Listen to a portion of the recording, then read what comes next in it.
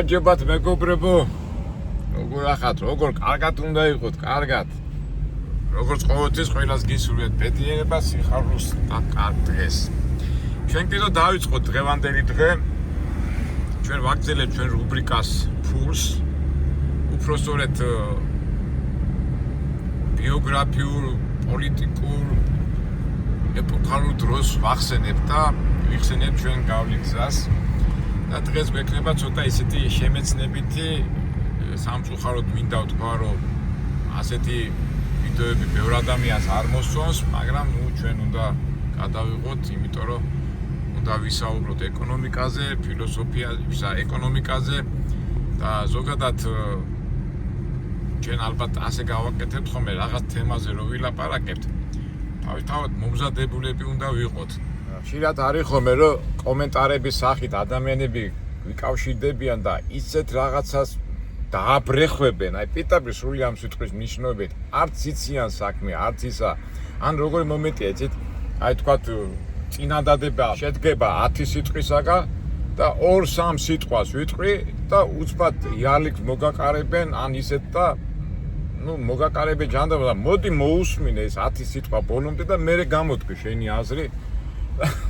მე სასაცილოები თვითონ გამოდიან რა და რა ვიცი მეც კარგი იქნება რომ ადამიანებმა ბოლომდე მოგვისმინონ ხოლმე კი მე მესმი შეიძლება ეზარება შეიძლება რაღაცა მაგრამ თუ არ გინდა გადართე და უღარ უსმე უკვე მე რამდენი ვიდეოზე ამაზე ვლაპარაკობ ხო უკვე ალბათ შეგაწუხეთ კიდევაც ამ თემაზე რომ საუბრობ მაგრამ ესეც ჩვენი რეალობაა და ჩვენი ცხოვრების ფაქტებია. ადამიანებს ეზარება ფიქრი და როცა ადამიანს ეზარება ფიქრი, მე დასკვნა ვერ გამოვა. ამ კიდევ რა ხდება, იცი, მეგობრებო, აი ადამიანთან რო გაქვს საქმე, ვისთან გაქვს საქმე, რა პიროვნებასთან გაქვს საქმე, ხო უნდა იცოდე. აი ხა ზოგადად ზოგჯერ ხედავ ხოლმე რომ ახლა მანქანე ძირითადად ხო მანქანებში ხდება ეს კამათები და გადაუხტებიან, გადმოუხტებიან, ეკაჩავებიან ერთმანეთს. შენ დაძაბული ხარ, დაღლილი ხარ, რაღაცა სიმართლე გაქვს, მაგრამ რო გადმოუხტები და გადაუხტები და საქმეებს ურჩევი, მანქანეს პატრონს ან ისა, ვინ არის, როგორ არის, რა ბაგაჟი აქვს, ვისთან გაქვს საქმე, იცი? მაგრამ აქ ისევ ამ პრობლემასთან ვართ რა, ადამიანებს ელემენტარულად ეზარებათ ფიქრი და ანალიზი ვერ გამოაქვს და უბრალოდ თავის უბედურ მდგომარეობაში იგდებენ. მე ყოველთვის როცა ვიღაცასთან მივიდიო და ვსაუბრობ, რაღაც წინასწარი წარმოდგენა მაქვს, ვისთან მაქვს საქმე. ეხლა თავისთავად ყველა ადამიანთან უნდა მოიქცე ნორმალურად, ეხლა სახეს კალკავ შენ სახეს, იმიტომ რომ მაგრამ ვაი თუ ის გიჟია გადარეული ისა და რატო აუტკივართ თავს იტკივებენ ადამიანები ეს ასიზა სამწუხაროდ ასეთი რეალობაა დღევანდელი სამყარო. კარგად გავაგრძელოთ ეხლა. გავაგრძელოთ ჩვენი ეკონომიკური თემა. მე გახსოვთ ხო ჩვენ უკვე დავიწყეთ ასე თქვათ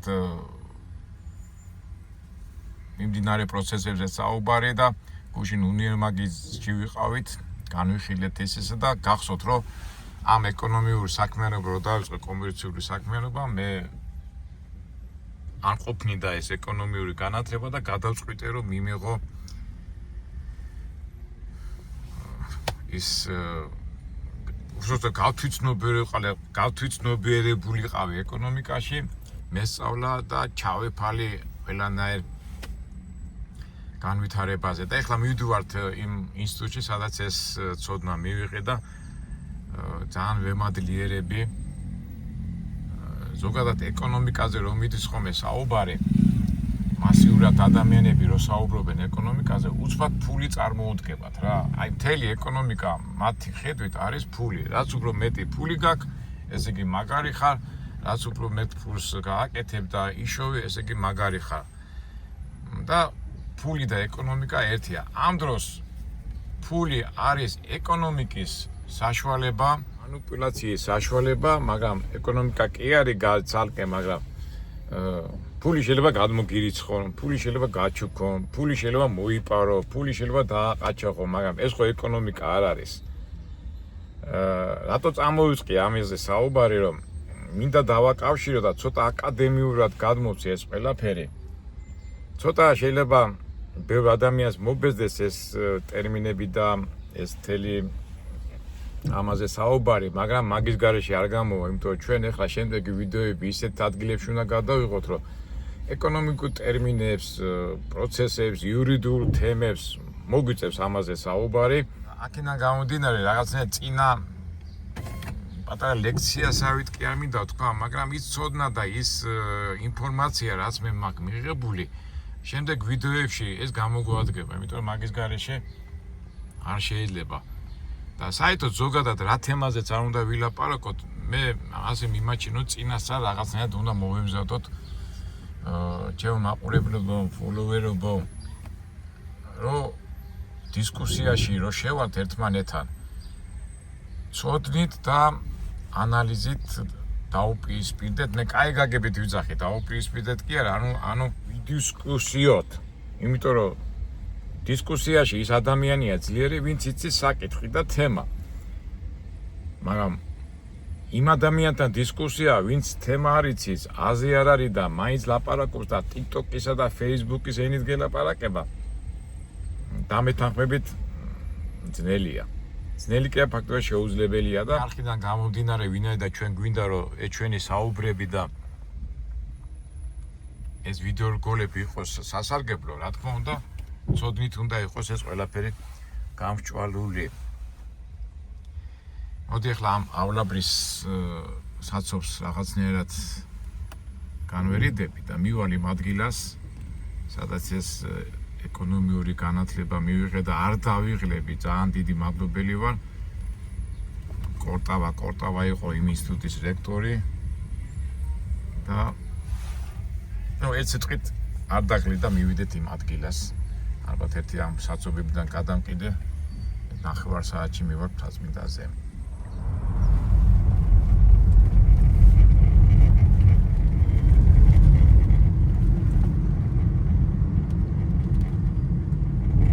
ესე იგი, მადლობა მინდა უთხრა ღმერთს, რომ ისეთი საშუალება მომეცა, რომ აი ესეთ უბნებში, ჩემი სკოლა 57-ია, ისა მაქვს დამთავრებული და ძირითადად სულ აი ესეთ ცოლოლაკი თაწმინდა აქ მიწევდა ხოლმე სიარული და ახლა იმ მსახიობთა სახლი.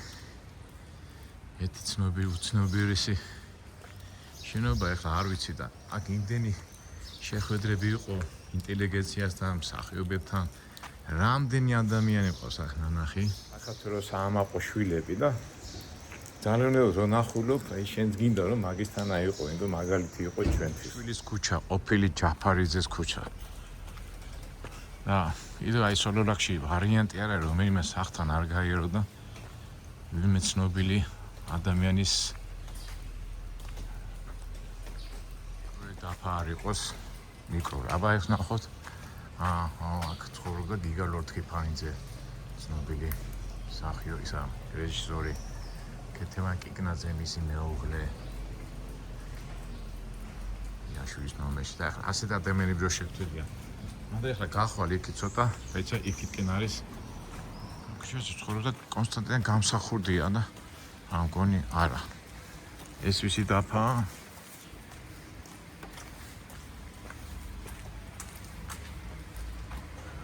ამ სახლში ცხოვრობდა ცნობილი ქართველი მწერალი და საზოგადო მოღვაწე მიხეილ პავლეძე კინწურაშვილი, იასამანი. მეგობრებო, კონსტანტინე გამსახურდია და ჯანსუր ჩარკვიანი ცხოვრობდნენ. დამოიდგინეთ ახლა მემორიალე დაფა.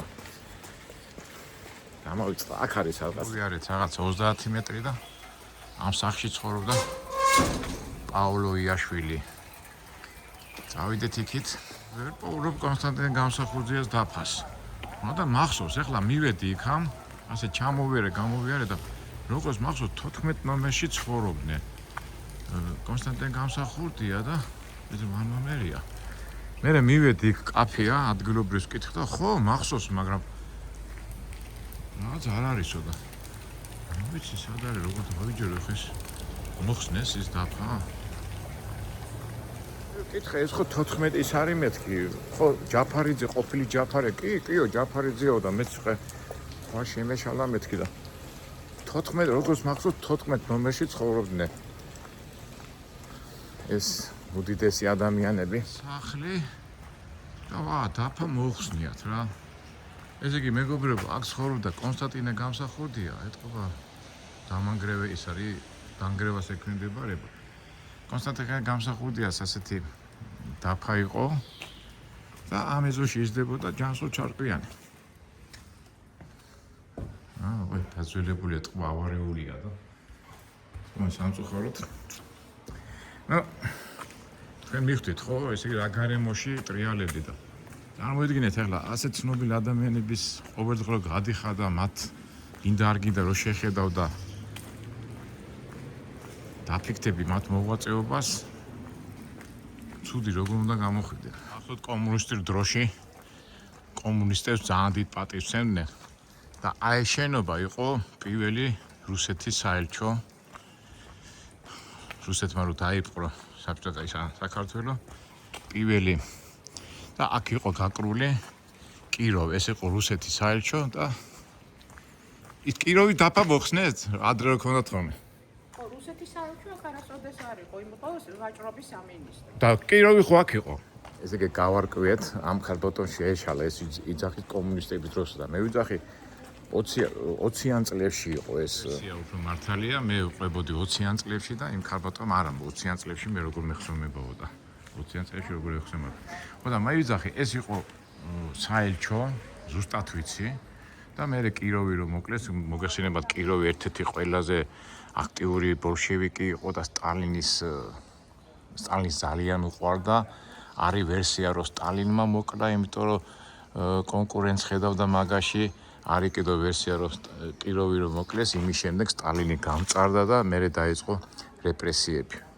ეხლა რატო ყვები ამას? იმიტომ აქ რომ მოდიხარ ეს ძალაუნებურად ფიქრობ ამაზე, რა ქვეყანაში ცხოვრებ, როგორ მენტალიტეტი, აი წინ ვიდეოც რო დავიწყე რა ბაგაჟის ადამიანთა გაქვს საქმე და ეს ბაგაჟი ხო წლებით მოდის და გარემო და როგორ გითხრათ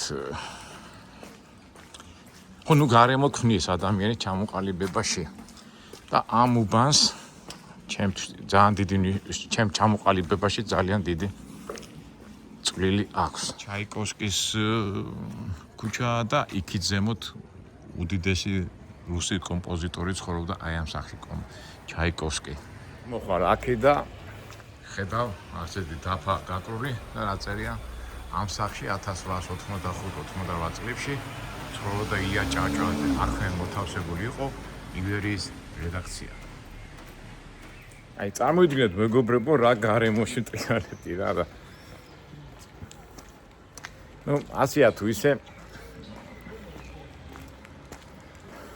ვალდებულები ვართ ვიყოთ ღირსეულები და ნამდვილი ქართველები. აი ეს ნახოთ ამ სახში ცხოვრობდა მეცნიერების დამსახურებელი მოღვაწე პროფესორი ალექსანდრე ფირცხალაიშვილი.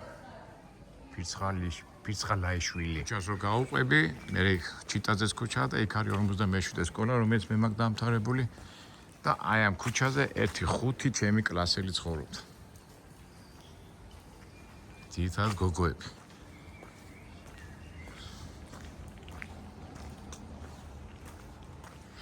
კარგით, უკვე ისტორიას გადავიდეთ უკვე ჩვენ ამბებზე, ჩვენ ეკონომიურ ამბებზე და აი აქ იყო ეს ინსტიტუტი, ეკონომიური ინსტიტუტი რა ხდება.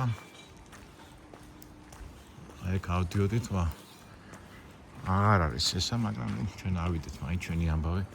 აი ამ შენობაში გახსოვთ ხო, მე მოგიყევით გპ პოლიტიკურ რო დავამთავრე, ჩემი სული იყო რომ ეკონომიური განათლება მიმეღო და აი ამ შენობაში გაიხსნა საერთაშორისო ეკონომიკური ურთიერთობების ინსტიტუტი. ეხლა ალბათ ჩემ ჯგუფელებს თუ უყურებენ ამ ვიდეოს გაახსენდებათ ეს შენობა. ძალიან ისეთი დრო იყო, არ ჩუქი, არ წყალი, ძიო და გამოდიოდით ხოლმე ვინც სიგარეტს ეწეოდა, გამოდიოდით, მაგრამ გინდა გარეთ ყოფილიყავი, გინდა შიგნით ერთი და იყო ტემპერატურა, ყველგან ციოდა, გათბობა არ იყო არაფერი და აი შენობა იყო, აბა ნახოთ. არა, ეთქვა აღარ არის უკვე. ესეთი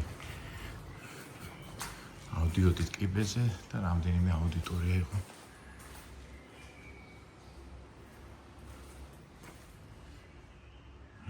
ინფორმაცია ნეტო.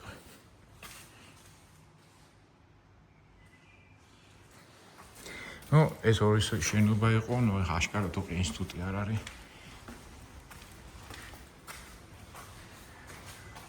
აგერ როგორ მახსოვს გავიხსენოთ ხოლმე ეს არის და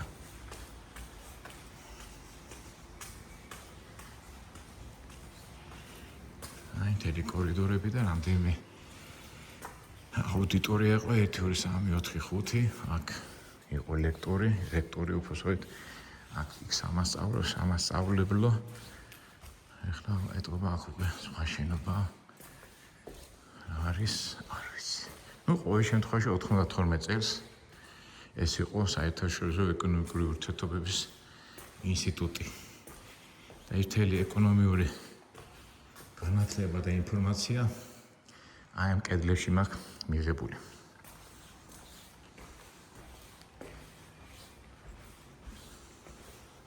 ისე რა არის არა ცხოვრება გონია იმ მომენტში ის გარემო იქნება მუდმივი გადის 5-10 წელი 20 წელი და საერთოდ იცვლება და უკვე სხვა გარემოა გინდა არ გინდა სევდასთანაც ეს დაკავშირებული და თუ არ არის ეს არის ცხოვრება ას ყველაფერი იცვლება შენობების, ქალაქებიც და თავისთავად ადამიანებიც. ერთი სასაცილო რაღაცა მინდა მოგიყოთ მეგობრებო.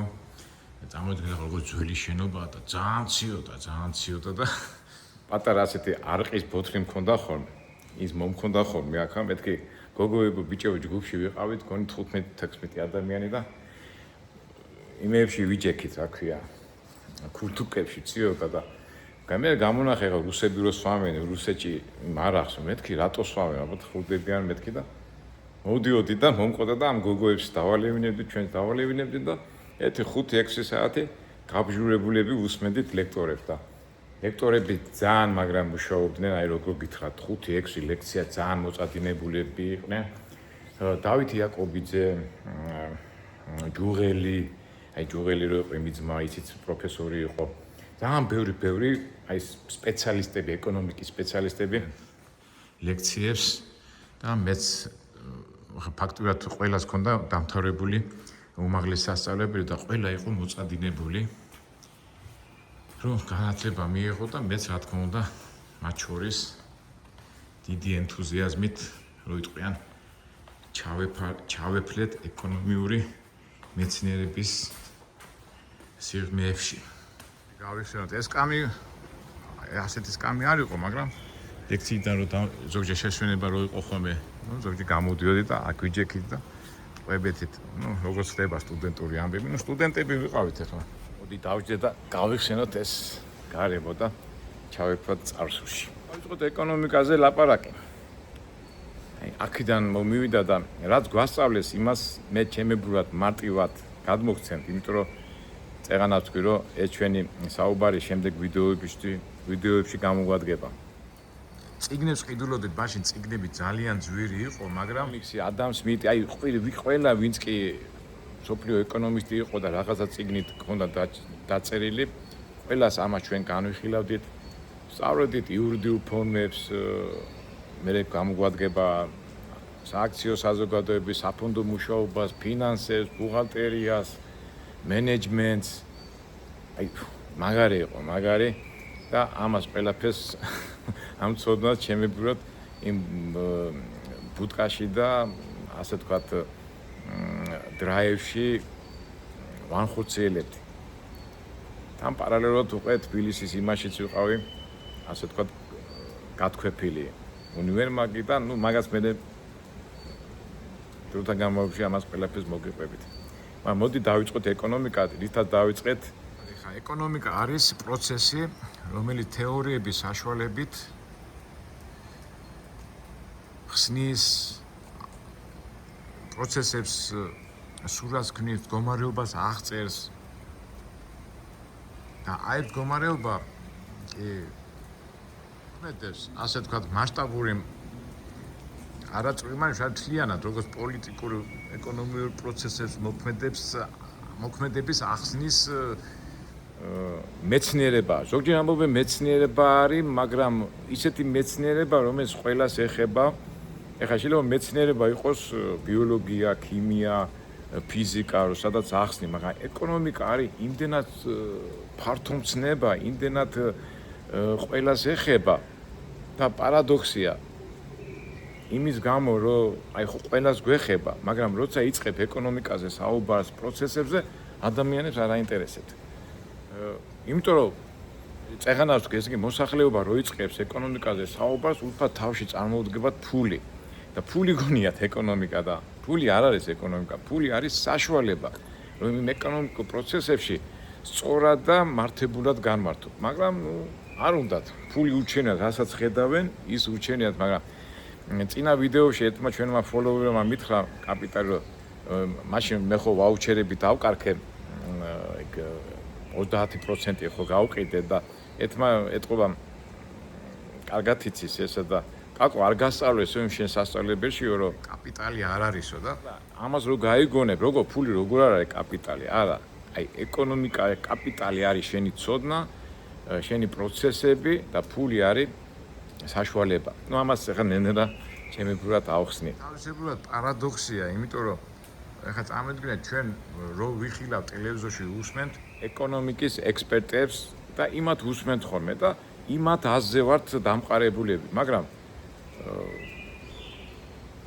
რატო არ უნდა ვიცოდეთ რაზეა საუბარი და როცა შენ უკვე იცი ეს პროცესები ეკონომიკური ზოგადი პროცესები მე შენ წვიმან იმეებში უკვე თევზი როგორ თევზი წყალში ისე ხარ მაგრამ ისე და ესე მეურდები რომ ადამიანები ამას არ ფიქრობენ ვიღაცა ექსპერტიზა ლაპარაკობს მაგას სწორს ლაპარაკობს არასწორს თუ რას ლაპარაკობს ვინ იცის ყოველ შემთხვევაში 100 კაციდან 95 კაცმა არ იცის ამ 95 კაციდან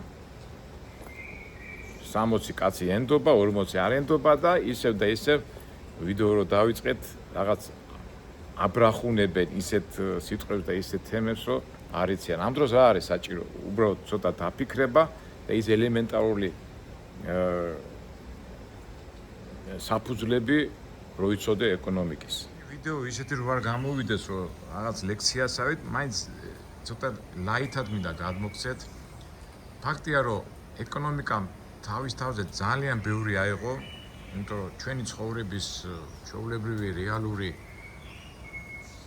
მომენტია და რომელიც გადადის პოლიტიკაზე და რატომაც ადამიანებს გონიათ რომ პოლიტიკა უფრო ადვილია, მაგრამ ეკონომიკის გარეშე განიხილავენ ამ პოლიტიკაზე. ერთმანეთში რო არის გადაჯაჭვული ეს ერთმანეთი რაღაცა არ ახსოვთ. მაგრამ ფაქტია ეკონომიკა რო გაიგო, უნდა იცოდე თეორიები. ნუ თეორია რა არის, რომ ყოველი მოქმედება, ყოველი პროცესი ექვემდებარა თეორიებს. და ეკონომიკას მეცნიერებაც, ფიზიკური კვლევა, ყველაფერი ეხება თეორიას და ამ აცკაცობრიობა არსებობს ეკონომიური თეორიებიც გავრცელებულია და განვიხილოთ ეს თეორიები, რომ როგორ ვამბობთ, რომ ვიცოდეთ რა ხდება, როგორ ხდება და იმ პროცესში ჩვენც რაღაც სარგებელი ვნახოთ. ეხლა მე ჩემ თავზე ვყვები სამწუხაროდ ვითომ ვისწავლი ისა, მაგრამ ერთი შეიძლება არასასიამოვნო რაღაცა ვთქვა, იმიტომ რომ ადამიანებს გონიათ რომ განათლება კარგია, რა თქმა უნდა, კარგია, აუცილებელიც არის, მაგრამ არასაკმარისი. აი დაფიქრდით, ვინ წარმატებული ან წარმატებული მილიონერი, მილიარდელი რო გადახედო სტატისტიკას ამდენი განათლებული ადამიანი ვიცით, თუნდა ეკონომიური განათლება აქვს, მაგრამ მდიდარი არ არის. აი, რო გახდე მდიდარი და ისა განათლებას უნდა მიუმატო ის უკვე რაღაც ადამიანური თვისებები მაკიაველი რო ვახსენე წინა ვიდეოში სხვა მონაცემებიც საჭიროა, მაგრამ ის თქვა რომ განათლება არ არის საჭირო, ეს სისულელეა. აუცილებლად ეკონომიური განათლება და მე უნდა დავუმატო ჟინი, ენერგია, სურვილი, მგელიც უნდა იყო, გამტანიც უნდა იყო, გამოცდილებაც გინდა და ნუ მთელ იმაში აი ეს უნდა მოახერხო. აი წარმოიდგინეთ იცით ხო, აი ხა რამდენია სკოლაში ოროსანი იყო, ცხოვრებაში არ სულ მინუს ისა ორიანებს და სამიანებს ღებულობდა სკოლაში და დღეს ის წარმატებულია და ამ დროს ხუთოსანი, რომელიც ყველა საგნებს კარგად აბარებდა და რაღაცა ცხოვრებაში არ არის წარმატებული. ან და ასეთი გამოთქმა კიდევ დადიან ეს ლექტორები და მასწავლებლები და გვასწავლიანო, ხო? თუ ჭკვიანები არიანო ცხოვრებაში, რატო ვერ ახერხებენო თავის რეალიზებასო, ხო? ხშირად არა ასეთი გამოხტომები, მაგრამ გამოხტომაა თუ არა გამოხტომა, ასია, ეს ცხოვრება. განათლება რა თქმა უნდა კარგია, ცოდნა კარგია, მაგრამ ის სხვა რაღაცაც არის საჭირო და ჩვენ ვიდეოებში მე ალბათ ამაზეც ვისაუბრებ და ჩემი მაგალითიდან გამომდინარე მეც მაგას არ ვამბობ ხოლმე რომ იმდენი შეცდომა მაქვს დაშვებული, იმდენი რაღაცები მაქვს დაშვებული, თითქოს განათლება მქონდა, თითქოს ის მქონდა, მაგრამ იმ გადამწყვეტ მომენტში რაღაც დაძაბულ სიტუაციაში სწორი გადაწყვეტილება არ მიმიღია და ჩემნაირი ადამიანი სად არის და ის ადამიანი რომელიც უფრო რისკიანი და უფრო ნაგლი და ასე ვთქვათ უფრო თამამია ის სხვა პოზიციაზე არის. გადავიდეთ ისე ჩვენ ამბებზე. ეხლა მე ძალადობა ვახსენებ. უკვე იმ პერიოდში იმდენი ძალადობა შევეჯახე. აი წინა ვიდეოშიც გითხარით რომ აი დღე არ გავიდოდა რომ ვიღაცა არ გვეცემა, ვიღაცა ხედრიონელი ან გვარდიელი რის გულით ის სიგარეტის თუ რაღაცის გულით ის შავბენდიანიანი მე ხშირად რატომაც ცინიკურად ვიძახი, მაგრამ გულახდიად გითხრა მართლა სასაცილო იყო ეს შავბენდიანას რემბოს ფორმაში დადიოდნენ ტიპები და მე სოხუმში ნაუმარი ვარ და რაღაც იქ ავტომატი კონდათ კაე პისტოლეტი რაღაცები დადიოდნენ და აშინებდნენ ხან და კინოს გმირებად აჩვენებდნენ თავს და მე ეხლა თქვენ იცით რომ მე მაინც ავტორიტეტებში და იმებში ტრიალდი რომელიც რაღაც კანონს ექვემდებარებოდა და ეს შავ ბენდენიანი ტიპები არანაირ კანონს არ ექვემდებარებოდნენ და სიცხლი თავგატეხვა სამართყოფოები და იმ დღეს გუშინ ეხლა ჩვენ ვიჯექით პატარა სუფრად ბიჭებთან ერთად ვიჯექით და ხსენებდით იმ 90-იან წლებს და არც მახსოვდა რა, ესე იგი რაღაც სულ აი იმ ბუტკომანიაში და იმაში ერთი 6 კაცი სამართყოფოში მოხვდა. რამდენჯერმე პოლიციამ წაგვიყვანა რომ ვიღაცამ გვიჩივდა და ნუ აი როგორი ის იყო, იქ ძალადობა, აი სისხლი, კბილების დანგრევა, სინიაკები თქვა, ნუ მარაზმი იყო, მაგრამ ჩვენ მაშინ ახალგაზრდები ვიყავით 25, 26, 27 წლის ბიჭები და აი ზოგჯერ რომ ვამბობ ხოლმე ახლა რომ მოდიოდი მანქანი და ვეძახდი ბიჭო რომ მიდიხარ იქ საქმის გასაჩევად რომ მიდიხარ მანქანა ვიღაცა დაარღვია გადმოხტებიან ერთმანეთს დედას აგინებენ რაღაცა რომ დაგეძროს ის იარაღი და გაგაგოროს და ის რომელიც ჩვენ ეს სურათები ძალიან ხშირად ქონდა ნანახი აი ზოგჯერ მაღიზიანებს და ვამბობ რომ ჭუბი და ძალადობით საქმე არ კეთდება და მაგრამ ზოგჯერ მაინც ეს საჭიროა ხო და სად გადაუხვიე და უკვე ეს ძალადობით ბიზნესი არ წავა ხა ქუჩა იყო ის ხა ქუჩიდან ხა გაგსრული რომ რაღაცა ქუჩაში ფული შოვნა უკვე მიდრეკილება გაქვს ან ვიღაცა დააყაჩაყო რეკეტი გახდე ის გახდე ეს გახდე და რომელიც მე გახსოვთ ეს უკვე ესრული არ მქონდა ეს უკვე მე მაფიოზობას ეძახდნენ უკვე მაშინ მოდაში შემოვიდა ეს მაფიოზური კინოები დენირო და რაღაც იტალია და ამერიკა და მთელი ამბები და ალ პაჩინო ისა ალ კაპონე და ასეთი ფილმები გაზრდილი ადამიანები უკვე რეალობაში ცხოვრებაში იქცეოდნენ ძალიან ცუდად. ყოველ შემთხვევაში მე უკვე გავაცნობიერე რომ ასეთი გზა არ იყო გამოსავალი და უკვე პლეხანოვზე უნივერმაგში უკვე რომ დავინახე უკვე სხვა კატეგორიის ხალხი და ბიზნესი ცოტა სხვა გზა ჭირდება და კიდე კაი მივხვდი რომ განათლება ჭირდება და ნუ უკვე იქ უკვე სხვა თემებია იქ უკვე ლეპოტიზმი ახლობლობა იმიტომ რომ საბჭოთა კავშირი დაინგრა არეულია სიტუაცია ერთი წყობიდან მეორე წყობაზე გადადის ქვეყანა ისიც ვერ გადავიდა და ჩვენ რასაც ვეძახით ეპოქალურ პერიოდს იმ ეპოქალურ პერიოდში ადამიანები ჩემი ასაკის კი არა უკვე გამოცდილი ადამიანები ცხოვრება რო ქონდათ გავლილი მაგრამ საბჭოთა წყობაში გავლილი და უცბად ეს ადამიანები რო გადადიან ველურ კაპიტალებში, ანუ ველურ მოქმედებაში, ანუ ველურად ფულის შოვნაში ძალიან ძნელია კარგად ორიენტირება და სწორი მიმართულება გააკეთო, ისეთი მიმართულება, რომ წარმატებას მიაღწიო. მეორე დაბრკოლება იყო, ეხლა განათლება აქ ეხლა ჩემი ჯგუფელები, ვინც აქ ვიყავით, ყველას იმედი ქონდა, რომ კარგად რო შეისწავლიდნენ ამ საფუძვლებს, ეკონომიკის საფუძვლებს, მე უკვე ჩვეულებრივად გამოიყენებდნენ და იმ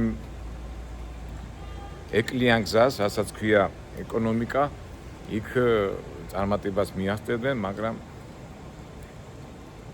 იმ 25 კაციდან ვინც აქ ვიყავით, ძირითადად კი არიან ვითომ ბიზნესში, მაგრამ ვერ წავიდნენ. ზოგი მაინც და იმიტომ ამათი ბრალიც არა, თვითონ გარემოება, იმიტომ რომ წიგში რაც წერია, ის ლამაზად ჩანს და კარგად ჩანს, თითქოს დაალაგეთ, მაგრამ დაალაგება არ კმარო, უკვე მე რამდენჯერ ვიძახი, იქ სულ სხვა რაღაცა უნდა და მით უმეტეს აი წარმოიდგინეთ ახლა ამერიკაში, ევროპის ქვეყნებში ის კლასიკურად განვითარებული ბიზნესმენები რო ჩამოდიოდნენ აქა ვერ გებულობდნენ. იმდენად იყო არეული სიტუაცია. ერთი რაღაცა მინდა მახსოვს ეს თამები და გახსოვთ აი მარგიანი იყო სვანი კომუნისტური პარტიის თავმჯდომარე აქა და ბიზნესები რაღაც პრემიერ-მინისტრი იყო თუ მინისტრ საბჭოს მინისტრი იყო რაღაცა მაშინ ისეთი გაჭირვებული დრო იყო ეკონომიკაში და ქვეყანაში და დაინგრა და ბევრი უცხოელები მოდიოდნენ რომ გამოეყენებინათ ეს საშუალება, იმიტომ იაფი მუშახელი იყო საბჭოთა კავშირში, ამხელა სივრცე თავისუფალია და გეგმებით ახლა როგორც ხდება კლასიკურად, უნდა რომ ბიზნესი წამოიწყოს. მაგრამ ბიზნესმენებს რო ხდებოდნენ, აქაო ადგილობრივ ბიზნესმენებს, როგორი მომენტი იყო, აი თქვა 10 ბიზნესმენი მოვიდა, 10 ბიზნესმენი შეხვდა ქართველ და მე საბჭოთა სივრცეზე ვიზახი, შეხვდებოდნენ ადგილობრივ ბიზნესმენებს, მიდიოდა ლაპარაკი რა და 10-დან 8 უკან ბრუნდებოდა. აი ძალიან 1-2-3 კაცს თუ მოუნდებოდა აქ ბიზნესი დაწყება. რატო? იმიტომ რომ ჩვენი ადგილობრივი ბიზნესმენები ეგრეთ წოდებული უცხოეს რო დაინახავდნენ, ინვესტიცია, ფული მოდის და პირდაპირ ეუბნებოდნენ, იცი აიმდეს რომ მოგცემ, იმდეს რომ მოგცემ, იქიდან მე 10 კატი მომეცი, ამის ფული ეს გააკეთე და უცხოელები ვერ გებულობდნენ. აი ერთი ანეკდოტი იყო მარგიანზე რატო გამახსენდა, რაღაცა სახელმწიფოდან ჩამოვიდა პურის ისა და პურის ქარხნების განვითარება უნდა და იმან მოუთხეს რომ ჩვენ მოვათ რაღაც იქ 10 მილიონს თუ 5 მილიონ ფულს ჩავდებთ. კიო, დაგვხვდებითო. ის არის პრეზიდენტის ის არის თანამდებობა ქონდა რა, მინისტრი იყო, მგონი ეკონომიკის თუ რაღაც პრემიერ-მინისტრის თავმჯდომარე და უთხრა, კარგია, მაგრამ იქ 5 მილიონს რო გამოუშვება, იქიდან 1 მილიონი გადავდოთ, იქ გვერდზე გადავდოთ და გავიყოთ. ეს უყურებს ასე რა, ვერ გავიგეო რა გაიყო. ის რა ჩვენში ჩავიდოთ რა, ჯიბო და გავაკეთებთო და მაგაზე თელი ეხა მე რასაც ვამბობ, კი არ ვიგონებ, აი რომ გადაავლოთ ის გაზეთები, აი უმახიანი კაცი რო იყო, მარგიანი მგონია, ცოცხალია, მე მარნეულში იყო იქ რაიკომის დივანი და აი ესეთი რაღაცები ხდებოდა. გარიგებები ხდებოდა, ესე იგი უცხოელები გიждდებოდნენ, რა ხდება ის, როგორ ხდება? ის ხო კლასიკურად მოდის იმ იდეით და იმ წესერებით, რასაც იქ ასწავლედნენ და აქ რო ხდებოდნენ და ძალიან მაგარ კურიოზებში ვარდებოდნენ. ეხლა არ მინდა ვთქვა, რომ ყველა უცხოელი ვინც მოვიდოდა, ის იყო წესრიელი. იყო ძალიან ბევრი აფერისტები და შარლატანები მოდიოდნენ აქეთ, იმიტომ რომ იცოდნენ, ახლა ეს საბჭოთა კავშირი ამათად რა განათლება ის არაფერი არ აქვს და თვითონ უკვე ცდილობდნენ აქ ეშმაკური რაღაც კომბინაციები გაეკეთებინათ. ერთი ბონოტი იყო იტალიელი და მაგასაც მე ვილაპარაკეთ შემდეგ ვიდეოებში. ძალიან ბევრი უცხოელები ჩამოდიოდნენ და იქ აფერისტები იყვნენ რა. საერთო ჯამში, აი მეც ახლა ზოგჯერ არის ხოლმე მე რო ექსკურსიას ვატარებ უცხოელებთან, ვეუბნები ხოლმე რომ თქვენ საბჭოთა კავშირის რესპუბლიკებში ნამყოფი ხართ? არა, ამან რატო გვეკითხებით? იმიტომ რომ ვეუბნები შენ თუ საბჭოთა კავშირის რესპუბლიკაში შენ ხო იცი საბჭოთა სივრცის მენტალიტეტი. თუ არ იცი, იმიტომ მე თვითონ თუ ის ნამყოფი იყო უკვე საბჭოთა კავშირში, ან რუსეთში, ან უკრაინაში, ან სადმე რომელიღაც რესპუბლიკაში, იმან უკვე ჩვენი მენტალიტეტი, ეს საბჭოთა მენტალიტეტი ასე თუ საბჭოთა მენტალიტეტი შეხებულები ქონა. რა იყო ხა საბჭოთა მენტალიტეტი, ხო? არ გემუშავა და იოლად და მარტივად გეშვა ფული. ხო, დამახინჯებული ფორმულაა და ეხლა უცხოეთში როგორ არის, რომ შენ იცი, რომ ინსტიტუტს რო დაამთავრებ, სკოლას რო დაამთავრებ, ინსტიტუტს რო დაამთავრებ, მე საფეხურებრივად კარიერას წინ მართავ. და ჩვენ და რა იყო, დაამთავრებდი ინსტიტუტს ან რაღაცას და თუ ვიღაცა ბიძა ყავდა ნათესავი, ის აგიყვანდა და დაგაჯენდა იმ ადგილას, ხო? ეს ეტაპები და კორუფცია იყო გაქანებული და საბჭოთა მენტალიტეტი რა იყო, რომ ესე იგი ქვეყანა დიდი იყო და ნუ ყველა იპარავდა და ზოლებიდან იპარავდნენ და აი თამები და იმეები და რაღაცა ნუ მარაზმი იყო, ხო? როგორ დამახინჯებული ფორმა იყო და ეს ეხლა წესიერა უცხოეთში აი აფერისტობას რაღაც თავისებური იყო, მაგრამ სამწუხაროდ პირდაპირ მინდა თქვა, რომ დღემდე რო გრძელდება მე რო ვიძახი მეჯღანუაშვილების დრო და მე ამ ყოველის ჩემი სიტყვის პასუხისმგებელი ვარ, სამწუხაროდ ის საბჭოთა გადმონაშთი და ეს მართვა სამწუხაროდ დღემდეც ამ ჩვენ ქვეყანაში გრძელდება. ხო და რას ვამბობდი? აი ესეთი სისტემა იყო და ეხლა მე რომელიც ქუჩიდან წამოვედი და მინდა ასე თქვა დავიპყრო ეს ასე თქვა საფეხურები ბიზნესური და კი ეხლა იქ ხაზარაძე და ტიბისი და რაიკომი წინა ვიდეოში ხო თქვი ხა ხაზარაძეს როგორი წარსული ქონდა და მე როგორი წარსული თითქოს ერთნაირი წარსული ქონდა, მაგრამ იმას სხვანაირი წრე ქონდა, მე სხვანაირი წრე. ჩემი წრე არის ქუჩა, იმის წრე არის ყოფილი ბომონდი, ასე რომ თქვა და მიდი ხა შეეჯიბრე. და ნუ აი ეს რაც ჩამოთვალე, ეს ყველაფერი კორუმპირებული იყო, ყველაფერი დამახინჯებული იყო, მაგრამ ეს იყო ჩვენი რეალობა და ამ რეალობაში ჩვენ უნდა გაგვეკეთებინა ჩვენი რეალიზაცია და რეალიზაცია რო გაგვეკეთებინა, მე მოვადექი ჩავთვალე რომ განათლება უნდა მიმეღო. მაგრამ მე მივხვდი, თავიდან ვერ მივხვდი რომ განათლებას კიდევ სხვა რაღაცები ჭირდება და ამ სხვა რაღაცებზე უკვე სხვა ვიდეოებში მოგიყვებით. ლაპარაკში უკვე მე თვითონ გადავიდე სხვა თემაზე, მოდი ახლა მოკლედ ვიტყვი იმ თეორიას, ეკონომიურ თეორიებს, რომელიც 9 ეკონომიურ თეორია, რომელიც მთელი მსოფლიო ექვემდებარება ამ ფორმულას. უცბად მოკლედ ჩამოგიყალიბებთ და მე გავაგზავნოთ ჩვენი ამბები. ასეთი თეორემა არის კლასიკური კაპიტალიზმი. ეს უკვე ფაქტობრივად კაპიტალიზმი რა არის, რომ უნდა აწარმოო, გაყიდო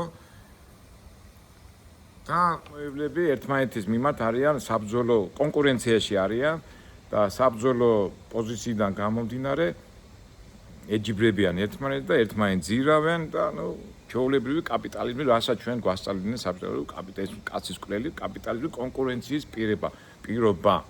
წარმოებლები, მე მაგალითად ვაწარმოებ ბოთს, ეგრე ჩემი მოწინააღმდეგეს აწარმოებს ბოთს, მე რომ ჩემი ბოთლი რო გაიყიდოს, მე იმასთან შედარებით თუ იაფად უნდა გავყიდო და ისიც რაღაცას ცდილებ და ნუ ჩვეულებრივი კაპიტალისა, კლასიკური კაპიტალიზმი. ეკონომიური წიგნი, რომელიც ეს კაპიტალიზმის თეორია აღწერა, იყო სმიტი. აი ვინც წაკითხული აქვს, ფაქტობრივად მე-18 საუკუნის მოღვაწეობდა და ეს კარგად აღწერა ეს პროცესი. ნუ ხო იცით რა აღწერა, შეიძლება ადამიანმა თქვას, მაგრამ ვინც კარგად აღწერს და კარგად დაწერს, ის უკვე მწერალი და კლასიკოსი გამოდის და ეს პირველი იყო ადამ სმიტი, ინგლისელი იყო, ვინც აღწერა ინგლისში მიმდინარე, დიდ ბრიტანეთში მიმდინარე პროცესები. კაპიტალიზმის დროს წარმოიქმნა სამი კლასობრივი ფენა, კაპიტალისტები, ვინც ფლობდნენ საწარმოების ფაბრიკებს და ასე შემდეგ. მეორე კლასი არის მუშები, ანუ მომსახურე პერსონალი, ვინც მუშაობს ამ საწარმოებში და ამ ფაბრიკებში და მესამე მიწათმფლობელები.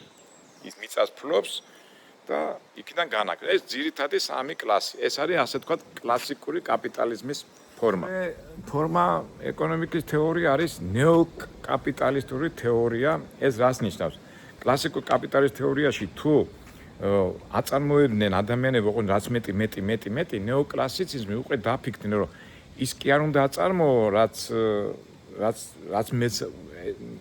ბევრი კი არ უნდა აწარმოო, იმდენი უნდა აწარმოო, რაც არის მოთხოვნა. მოთხოვნა მიწოდებაზე უნდა იყოს დამყარებული. ესა და თავიდან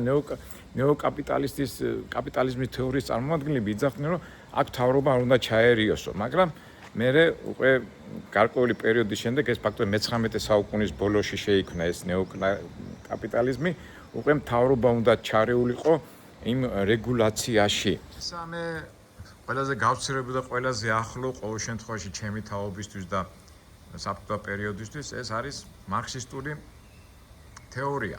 მარქსი რას ამბობდა? კაპიტალიზმი განვითარდება და იმ დონემდე მივა, რომ კრიზისში ჩავარდება, ფაქტობრივად მაგ ამბობდა, რომ კერძო საკუთრება კრიზისში შეიყვანს ამ პროცესს, ამ კაპიტალიზმის განვითარებას და ეს რო არ მოხდეს, უნდა მოისპოს კერძო საკუთრება, იმიტომ რომ კაპიტალისტი და მწარმოებელი მაქსიმალურად ცდილობს ამოიღოს მოგება და მუშების ხარჯზე უთანაბრობა შეიქმნება და მე მან ბევრი კაპიტალი აქ დაწერა და მაგ პირველი იყო თუ გახსოვთ კომუნიზმის მანიფესტი 1858 წელს დაწერა და რაღაცა ახალი სისტემა შემოიღო მარქსისტული, რომელიც მე უნდა შექმნილიყო სოციალიზმი უნდა გადასულიყო კაპიტალიზმში. კი, რაღაც უტოპიური იყო, მაგრამ ეძახე შენ უტოპია და მთელი საბჭოთა კავშირი და ეს ჩვენი მე პირადად მაგ იმაში ვიზრდებოდი და 1980 წელს ველოდებოდით, რომ საბჭოთა კავშირში დამყარდებოდა კომუნიზმი. ეს თავისებური ლიბერალი იყო, იმიტომ რომ ის ამბობდა, რომ ეს კერძო საკუთრებაში კერძო საკუთრება რაც ეს ქონება იყო, უნდა გადანაწილებულიყო თანაბრად. გადანაწილდა საბჭოთა კავშირში რა ძალადობი და როგორც აი სტალინიც ახლა შეგვიძლია რომ ამბობ, ვინ იყო სტალინი, აი ბევრჯერ ამბობენ, იმიტომ კარიერა მაგასთან უნდა, მაგას ჯეროდა, რომ ამ იმას მიაღწევდა ამ თანასწორობას, მაგრამ როგორი ძალი და ძალადობით მოქმედებდა, ეს ყველა ჩვენ მოგვეხსენება. მეოთხე თეორია არის ასეთი, ეხლა ამ ჩვენ პროდასავლელებს და ამაზე გაგიჟებულ ადამიანებს ეს არ მოეწონებათ, რასაც ეს მე ვიტყვი, მაგრამ მოწონებაზე არ არის, მე ფაქტია. ეს არის დეველოპურ მენტალიტეტური თეორია. ეს რას ნიშნავს?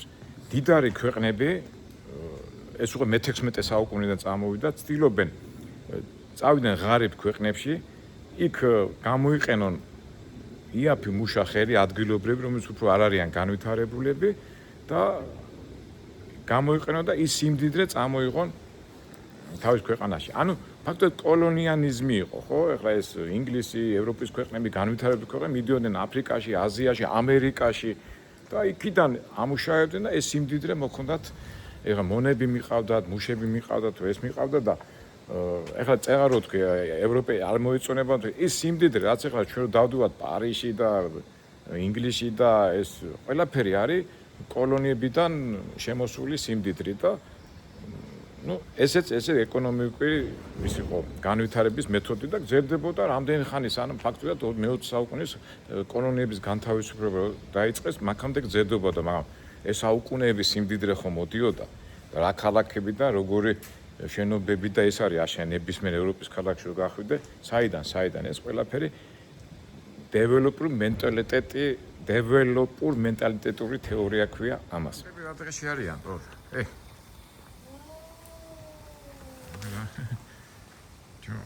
ჩოდით. ახი ჩხუბობენ. ფიცო. ეს ეკონომიკაზე საუბრობენ და ვერ გაუყვიათ თავის ინტერესები.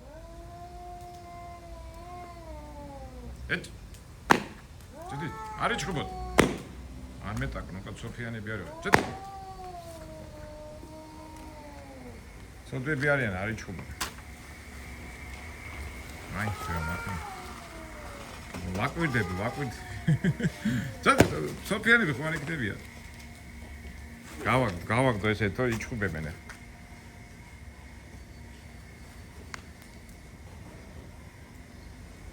ჩვენ შედობიან ამდენ ჩხუბები აღარ გვიდა.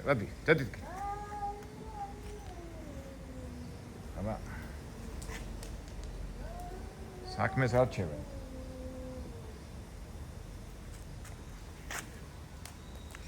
ახლა. დადით.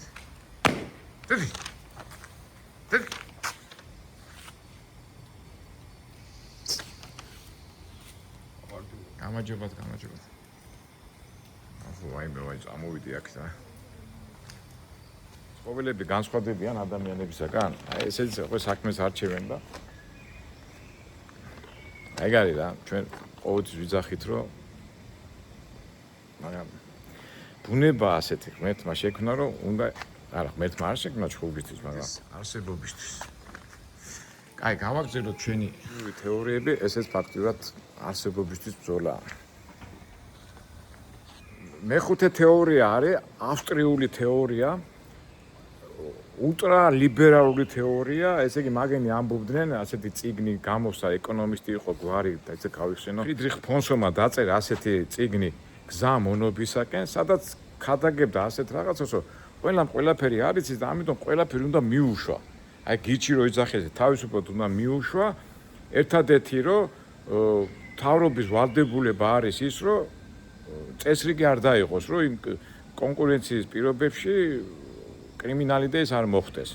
მაგრამ კიდევ ერთი დაამატეს, რომ თავრობა იმ დონემდე უნდა ჩაერიოს, რომ სოციალიზმში არ გადავიდეს. აი თავისებური ის არის, მაგრამ ვერ გაამართლა, მაგრამ თუმცა ეს იდეა დღემდე თანამედროვე იმაში ტრიალებს, რომ აი ბაზარი დაარეგულირებს ყველაფერს სახელმწიფოს გარეშე და მე მაგათად არ ვეთანხმები, ასე ვთქვათ, ჩემი აზრია ახლა, ჩემი აზრი არაფერ შუაშია, მაგრამ თავის კი ვითომ თავისმა ყოველთვის უნდა რაღაცა რეგულირება და ბაზარი ყველაფერს დაარეგულირებს არასწორია რა. და ეს არის ავსტრიული თეორია. ექვსე თეორია არის შემპეტიანური თეორია. ეკონომისტი იყო იოზეფ შემპეტიანი წიგნი დაწერა.